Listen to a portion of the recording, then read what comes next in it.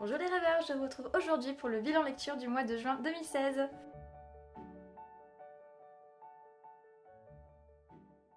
Alors, pour ce mois de juin, j'ai 16 livres à vous présenter. Je suis partie en vacances, j'ai pu lire pas mal, je suis assez contente.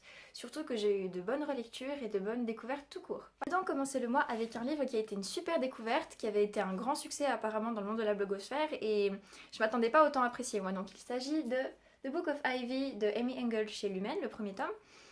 Alors, j'ai découvert une héroïne qui était très forte malgré son jeune âge, après tout, elle n'a que 16 ans. J'ai découvert un monde dystopique qui était très très bien pensé et un petit peu différent de ce que j'ai pu lire jusqu'à maintenant, qui était plus centré sur les mœurs et sur ce qui était possible de faire et de ne pas faire, plutôt que sur on va dire, l'oppression qui peut être révélée dans d'autres bouquins, et sur la pression psychologique qui est présentée sur Ivy. J'ai beaucoup aimé le personnage de Bishop aussi, c'était vraiment une intrigue qui se plante et ça va assez vite et à la fois on prend son temps. Il y a beaucoup de temps différents dans ce bouquin et j'ai vraiment apprécié, surtout que la fin est assez... Voilà, elle nous laisse sur un moment de tension et on a envie de savoir la suite. J'ai lu que la suite n'était pas aussi bonne apparemment, mais je verrai bien parce que pour l'instant j'étais tout simplement conquise.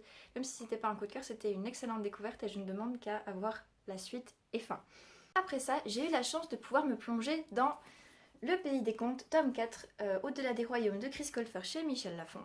Donc, comme vous pouvez le voir, pardon, c'est encore une super couverture qui reflète parfaitement bien une excellente intrigue, un excellent quatrième tome. J'ai été totalement fascinée parce qu'en fait, cette fois-ci, les méchants et l'histoire se passent au-delà des royaumes, c'est-à-dire dans des autres contes, dans des autres histoires, au pays d'Oz, avec Merlin, on peut voir ici vous représenter certains personnages et on peut voir tout ce qui se développe, que ça devient un peu plus adulte, un peu plus sombre, les personnages deviennent plus matures, ils sont confrontés à des situations très difficiles et j'ai énormément apprécié ça parce qu'il y a toujours la plume de Chris Colfer qui nous embarque comme dans un vrai conte. On rencontre des personnages qui nous présentent de très belles valeurs.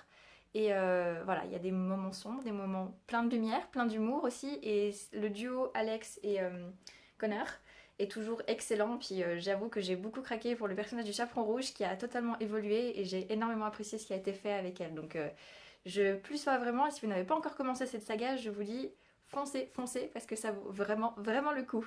À la suite de ça, je me suis plongée dans une suite de sagas en tome 3. Il s'agit de Ange d'Apocalypse, tome 3, La Discorde des Aurores de Stéphane Soutoul chez Rebelle Édition.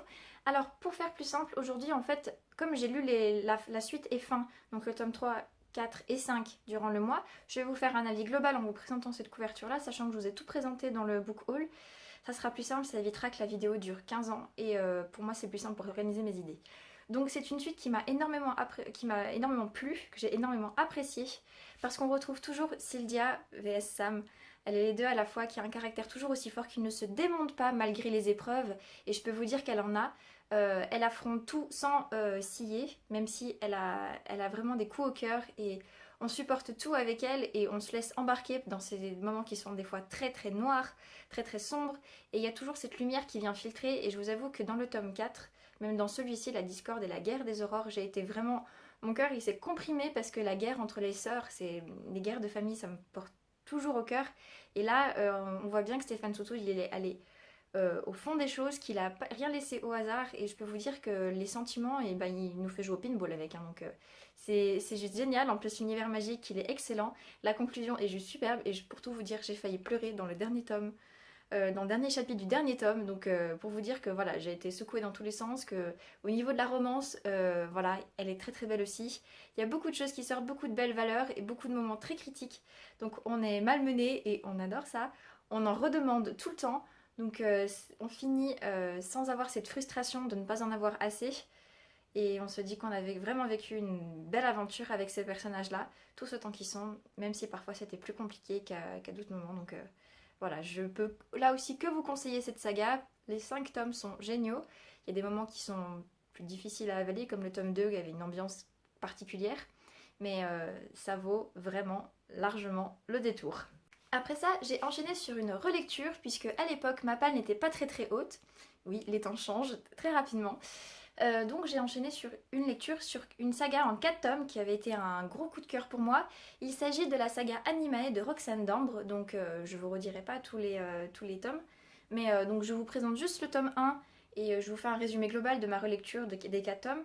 qui a été encore une fois un gros coup de cœur parce que j'ai tremblé, j'ai ri, j'ai trouvé l'imaginaire très très recherché, l'intrigue très poussée entre les services secrets, les opérations faites avec tout ce qui est Direwolf et compagnie, puisque si vous ne connaissez pas en fait l'histoire de Lou, c'est une jeune femme qui a une vingtaine d'années et qui est capable de se transformer en fait en animal de son choix, mais qui garde en fait son poids, sa masse corporelle. Donc elle peut se transformer en panthère, elle peut se transformer en abeille, mais une abeille qui fera 50 kilos.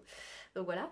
Et elle fait partie de la communauté des Direwolves qui chassent en fait les chalcros qui ont la même capacité qu'eux à se transformer en un seul animal et qui eux en fait perdent le contrôle et la mémoire de ce qu'ils font pendant la pleine lune. C'est un peu l'équivalent des loups-garous. Donc voilà, et il y a toute une histoire qui se fait, une histoire d'amour aussi, et tout qui se construit. Et encore une fois, j'ai été totalement emportée, subjuguée par cette histoire que j'ai pris plaisir à relire et je sais que je prendrai encore une fois plaisir à la relire d'ici un petit moment, une fois que j'aurai encore un petit peu oublié tous les tours et détours de l'histoire, qui sont tout simplement, voilà, tout est amené avec légèreté, parfois on se sent comprimé dans nos émotions et c'est fantastique parce que ça change et c'est une auteure française aussi et voilà, moi je suis juste en amour de cette saga, que je l'ai lue, relue et je sais que ça continuera comme ça. Donc je ne peux que vous la conseiller. En plus elle est sortie en papier au livre de poche, donc vous n'avez aucune excuse pour ne pas la lire. Ensuite, toujours dans le cadre du numérique, j'ai lu beaucoup en numérique ce mois-ci. J'ai lu le tome 2 du... Voilà, ça tombe. J'ai lu le tome 2 du Souffle des Dieux de Vincent Portugal, donc Le Chant des Djinns en auto-édition. Alors, je vous avoue que j'avais un petit peu oublié ce qui se passait dans le tome 1, j'avais un petit peu peur d'avoir oublié tout ce qui était l'univers, tout ce qui était, voilà, ce charme qui faisait que j'avais beaucoup aimé. Et je me suis très vite remise dans le bain et ça a été un vrai plaisir. Je crois qu'après une quarantaine de pages, j'étais de nouveau à fond dedans. J'ai été surprise de voir que la narration n'était plus faite par le même personnage. Cette fois-ci, c'est Amira et non plus Angelo qui le fait. Et j'ai découvert encore une fois un imaginaire qui est très poussé, qui parle de questions qui sont fondamentales dans nos sociétés actuelles, que ça parle de la religion, que ça parle de l'environnement, que ça parle de politique, d'économie. Et le tout est toujours très accessible avec une plume qui est très naturelle. Et je peux vous dire que j'ai été subjuguée. En plus, plus ça va, plus la tension monte, plus on arrive dans un système complexe qu'on ne peut s'empêcher d'admirer, de se sentir fasciné. Et là, encore une fois, ben voilà, vous sentez que j'ai été conquise et que j'attends la suite avec impatience. Oui, je sais, je me répète, j'ai daté dans le book haul, mais c'est pas grave. Voilà, j'ai fait beaucoup de découvertes avec ce tome et je ne demande qu'à en faire plus parce qu'on a l'impression que vraiment tout est gigantesque dans cet univers et que tout ne demande qu'à être exploré, qu'il s'agisse de l'intrigue en soi-même qui se révèle beaucoup plus compliquée que ce qu'on avait pu penser ou de l'univers et de sa magie qui la gouverne. Donc voilà.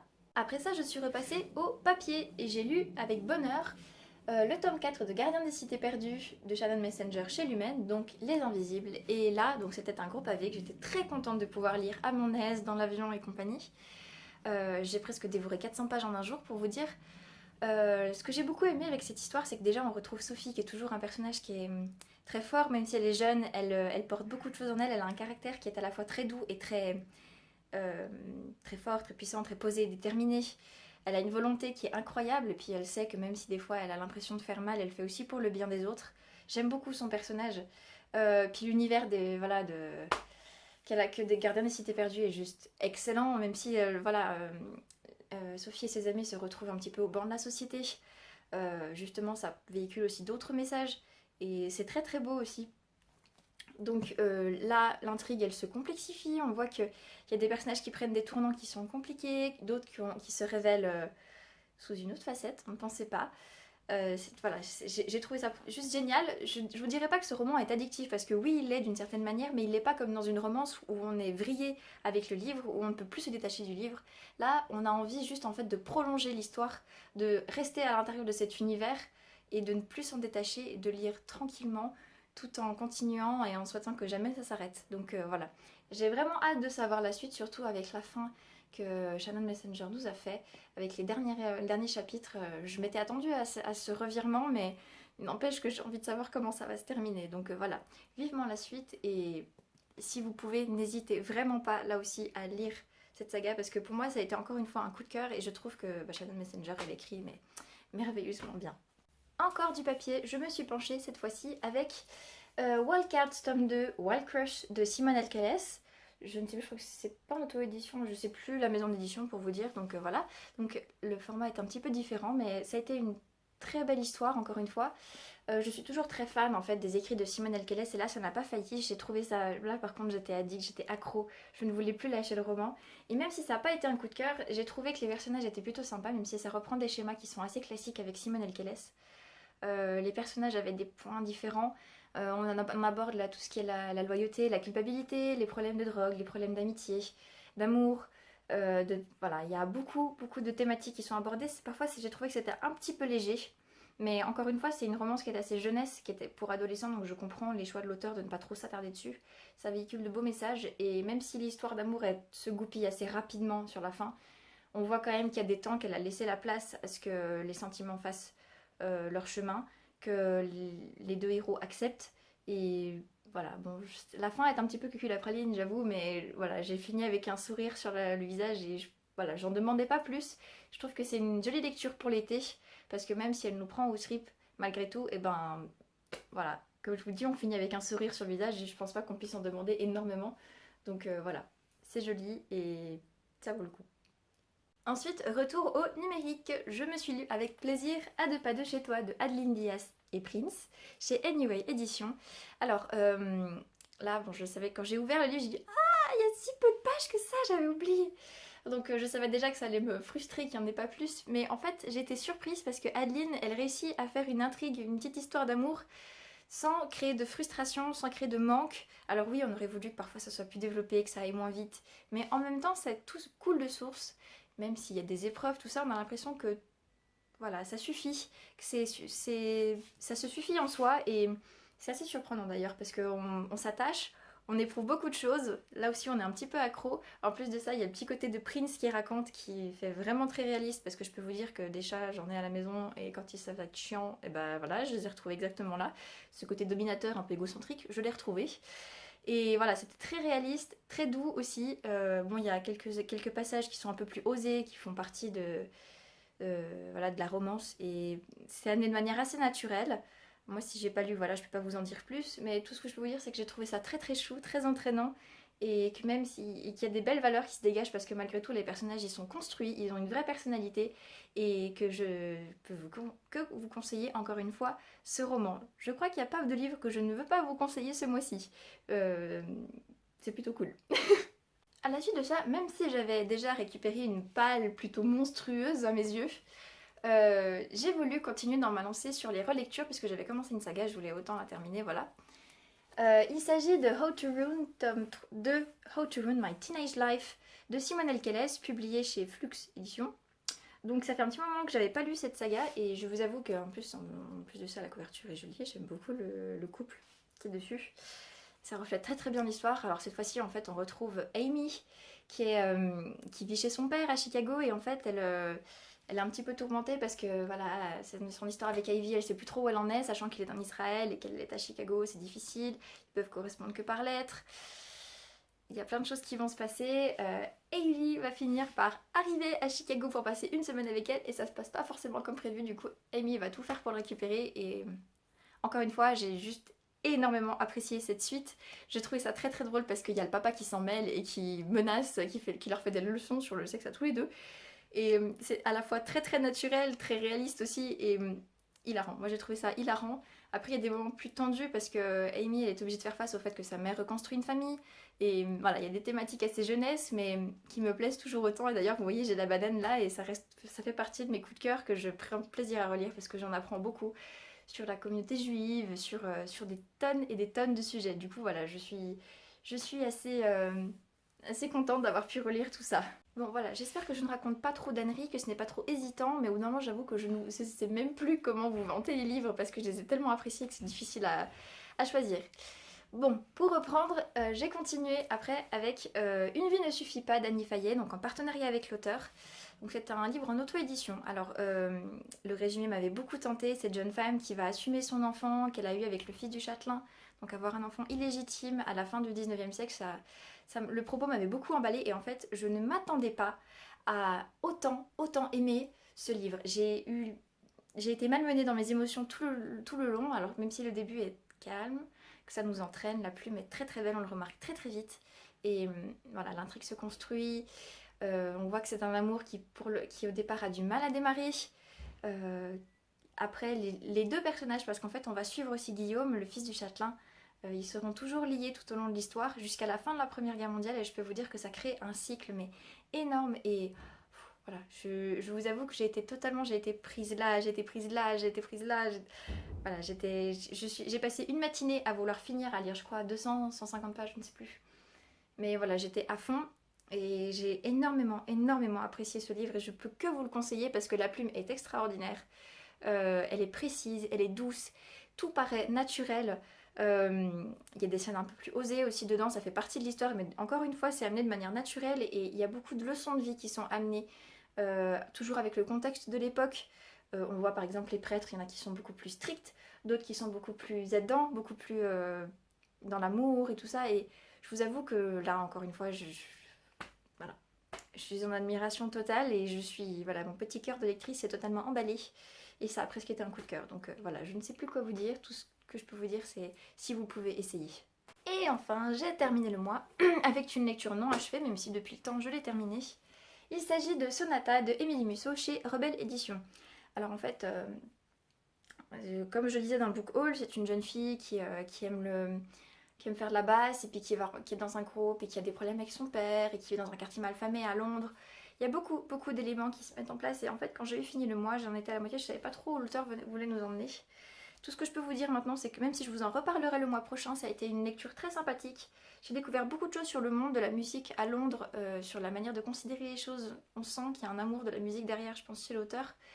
Je dis ça comme ça, hein, mais c'est ce que j'ai ressenti. Même si on ne sait pas où l'auteur nous mène, on se laisse volontiers guider et on rencontre des personnages qui sont vraiment, ouais, qui sont assez uniques en leur genre et j'avoue que Amy est assez charismatique même si elle ignore beaucoup de choses sur elle encore et puis que la fin, bah, la fin, je dirais pas que la fin m'a surprise mais elle a enfin permis que je mette le puzzle en place et voilà, c'était juste super. Et voilà, je vous ferai la chronique écrite très bientôt. Peut-être avant que la vidéo sorte, je ne sais pas, mais en tout cas voilà, vous pourrez la retrouver sur le blog et je vous conseille quand même cette lecture parce qu'elle change, elle sort de l'ordinaire. Voilà, et voilà, ce sera tout pour le mois de juin. Donc je vous retrouve bientôt, je vous retrouverai début août, pas forcément au jour où j'ai l'habitude, puisqu'en fait je vais partir au JMJ, donc pour ceux qui ne sauraient pas, ce sont les Journées mondiales de la jeunesse à Cracovie, d'ici la mi-août, la mi-juillet.